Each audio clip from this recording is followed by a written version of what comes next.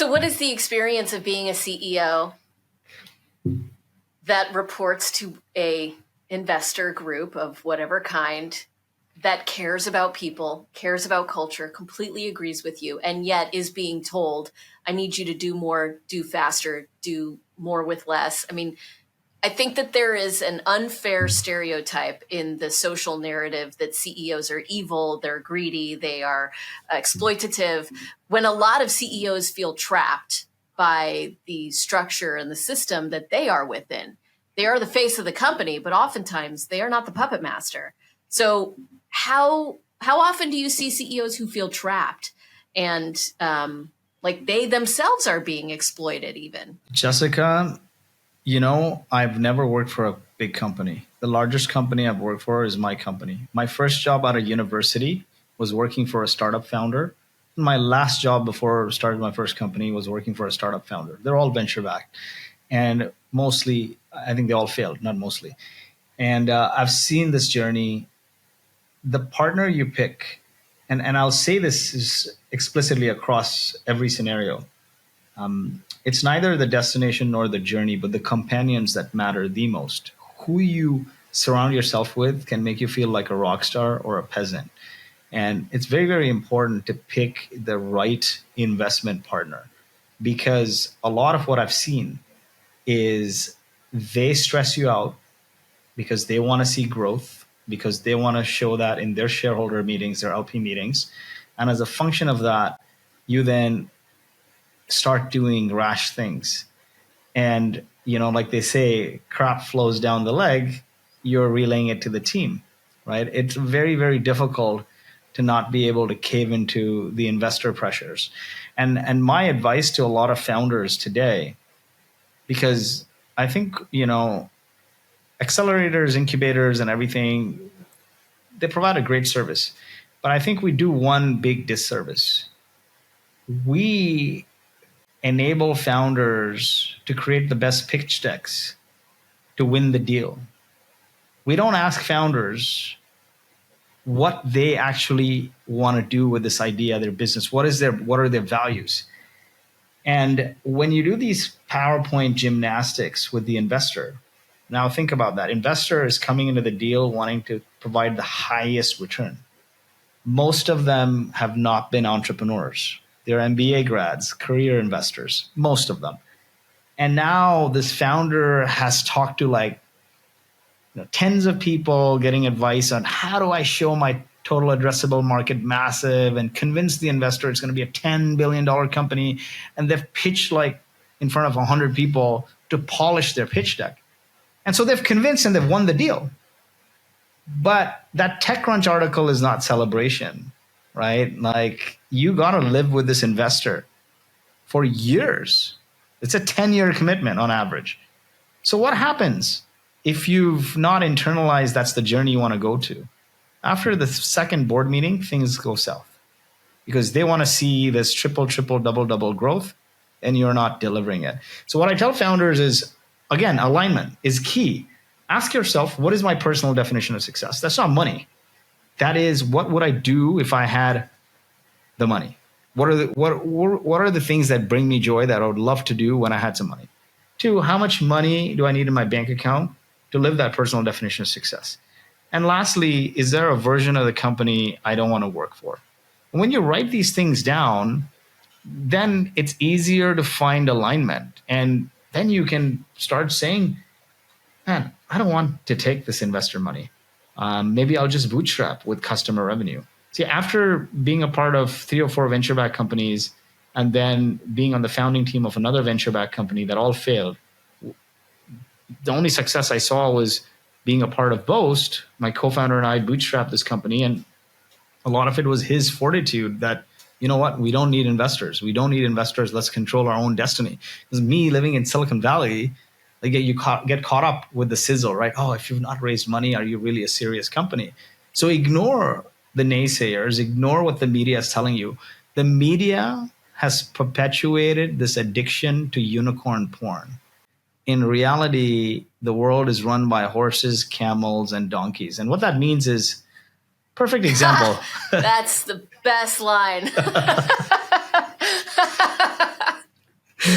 It's so good. But there's Bookmark that.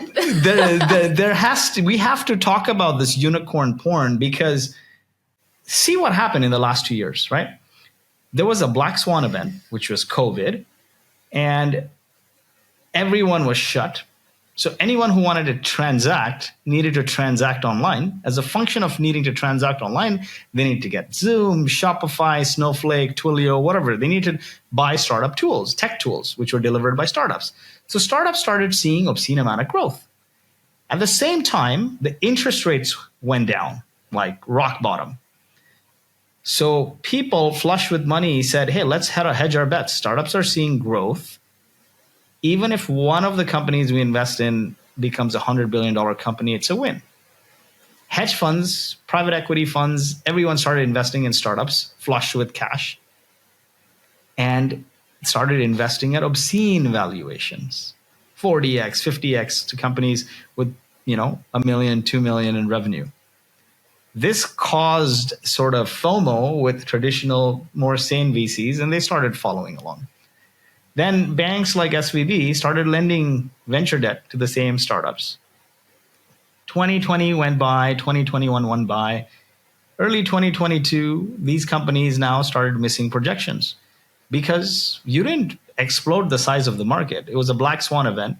If people didn't digitize in 2020 and 2021, they're not going to in 2022. Projections started to go down, revenue started to go down, or rather sales started to go down. Growth started to decline, and now the market started to fall in parallel with the interest rates going up. And then you get a bank like SVB, falling, right? And what does that tell you?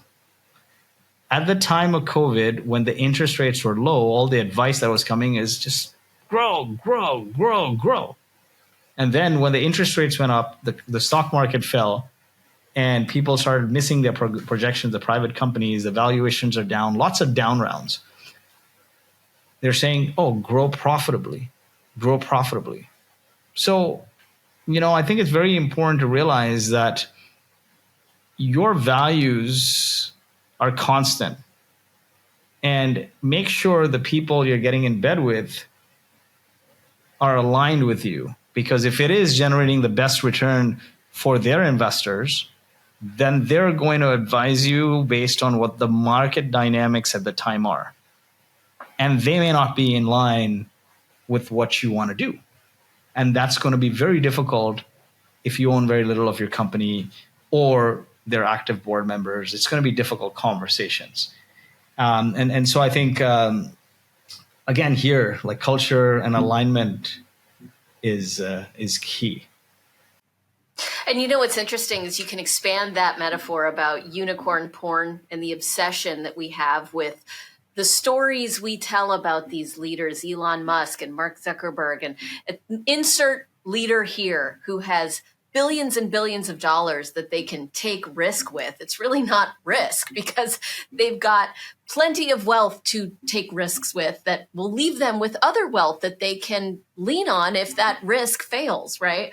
I'm much more interested in the horses and donkeys, the guy who has the one-shop physical rehab facility in Sacramento, California that has no access to equity and 10 employees and is trying to figure out how to be leaner in his business. I mean, that's the guy I want to take leadership lessons from, not Elon Musk, because what is the obsession other than the wealth? It's everything. Everyone has everything backwards. We are used to taking advice from anomalies. There's a reason why they're anomalies. Yeah, right. Yeah. 99% of the venture-backed startups fail. We don't hear about them. We only hear about the anomalies, and we take advice from anomalies. Yeah. And Elon Musk actually has great advice on this. He always says, don't reason by analogy. Just because it worked for somebody, it may not work for you. Boil things down to the lowest common denominator, to first principles, and reason up from there. And that's the only way to do it. And maybe that's why he's super successful, is he doesn't listen to anyone. He just brings it down to the most common denominator. But we now try to mimic some of the other things he says, which may or may not be relevant. But I'm with you. So when we bootstrapped Boast, we were providing R&D funding to businesses. And basically hundreds of billions of dollars globally are provided to businesses by governments.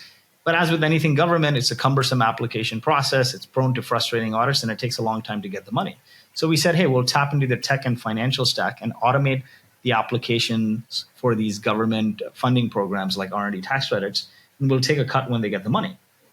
When we started, nobody would talk to us. Nobody, right? They'd make fun of us, like, what is this? It's a small, obscure market. All these, and a lot of them investor naysayers. I'm like, I don't even care for your advice. I'm not even asking you. So why are you telling me if it's fundable or not, right? Like, I didn't ask you for this. But just because we're in the startup community and you ask me what I do and I tell you, you feel the need to tell me why I suck. But sometimes it's important to have a contrarian view and just eventually stick with it. And you'll come out good on the other side, right? Do not build society's definition of success. So